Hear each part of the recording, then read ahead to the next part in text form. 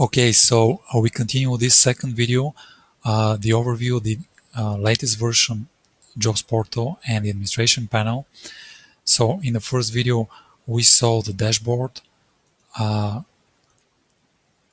We saw how you can see the list of the job ads, how you can delete and modify them, how you can see the messages exchanged between the users. We saw how you can see the employers, how you can modify the information. And we saw the first pages in the settings tab, which allows you to change the basic configuration options, to change the job categories, to set the payments, and the locations. So now we continue with the banner areas pages. Now the banner areas or the banner zones, these are special zones on the website which the administrator can create, and they allow the employers to upload their banners in them, and the administrator could charge a fee for this service. So the administrator is free to create as many different banner areas he would like. So for every banner area, he can enter the name, the description, the number of rows and columns. So if you enter, for example, 2 rows and 5 columns, then this banner area will be able to hold up to 10 banners in 2 rows and 5 columns. You can enter the banner width, height, set the price. You can also see the different banner areas on the website. You can modify their settings. You can refer to our manual for more detailed information about the banners and the different banner settings. Now the field values page allows to see some of the basic fields shown to the job seekers when they create their profile and edit their resume. So you can set, for example, the education levels or the language proficiencies, and in this way change the possible values that the job seekers will see after that in their admin panel. Now we continue with the job feeds page.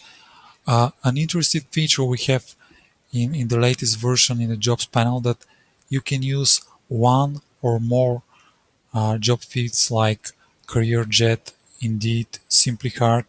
So you can use one main feed on the website or mix different feeds in order to create unique job results. So for every feed, you can enter the publisher ID. You can set the default country and the different settings. So again, here you can choose to use just one main feed, like in this case, we selected to use only one main feed, which will be Indeed, or you can choose to mix different feeds.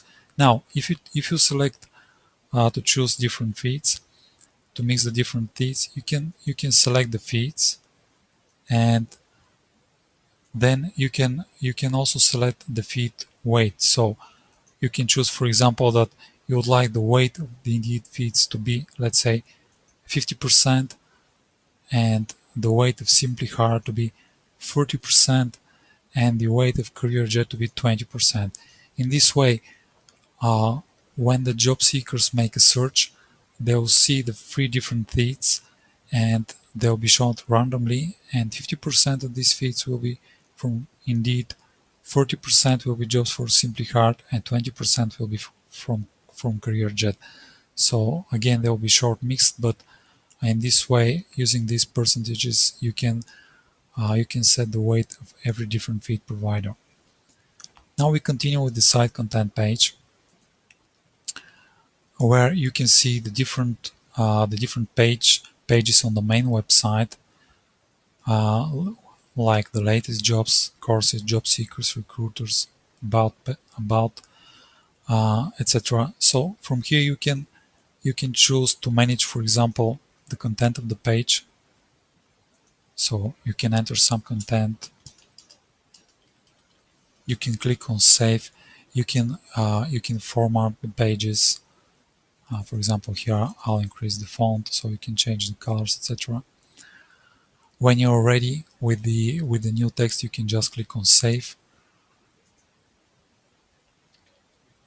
You can also change from this page the different meta tags, like set a new title for the page for better search engines optimizations. To do that, you have to click on the page, click on page settings, and there you'll see uh, the page title, meta description, keywords. You can also select if you would like this page to show up only in the bottom menu, etc. Here's something to notice, that if you have more than one language on the website, by selecting the language, like here, if you select Spanish, you'll be able to change the Spanish pages on the website. If you select French, you'll see the French pages. So for every language, you're able to set different titles, different meta tags, and different content. Now we continue with the news page. The news page allows you to actually change the news posted on the website and post other news which will show up after that on the news page. We continue with the language versions page.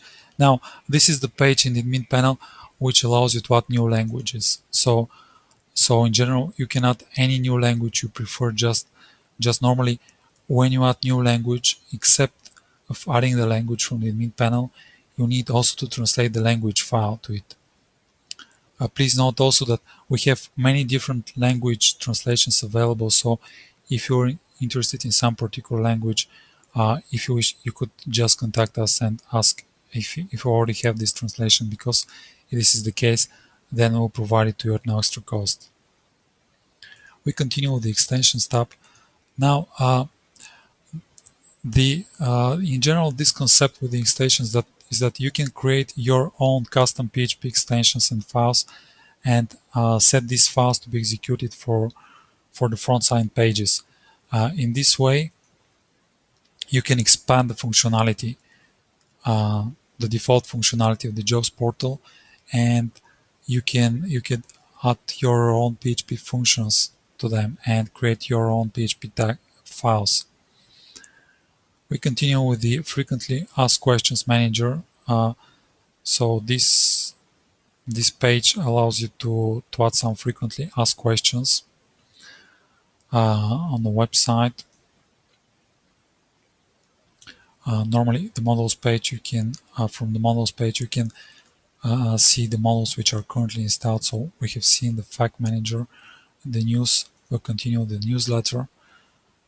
The newsletter lets you define and add newsletters to be sent to the users. So you can enter some subject and message of the newsletter, and then you can click on send. So you can send a newsletter to all the registered users on the website, or to some selected users only. Now, the templates tab allows you to see the code and to edit the templates on the main website. So this can be useful if, for example, you would like to paste some advertisements like Google AdSense, or some tracking code like Google Analytics. So from here you can simply paste the code and click on save, and you'll save the changes. Now, the statistics tab, if you don't use Google Analytics, you can use it to see some reports about the website visits, the referrals you get from the other website. And the last menu in the admin panel is the admin users.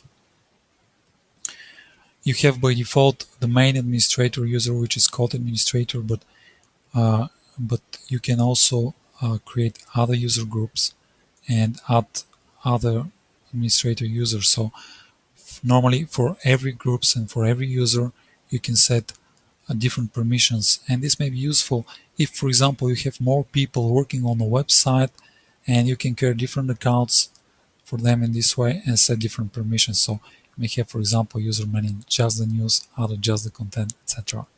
So that's it for the admin panel. We'll continue with the next videos.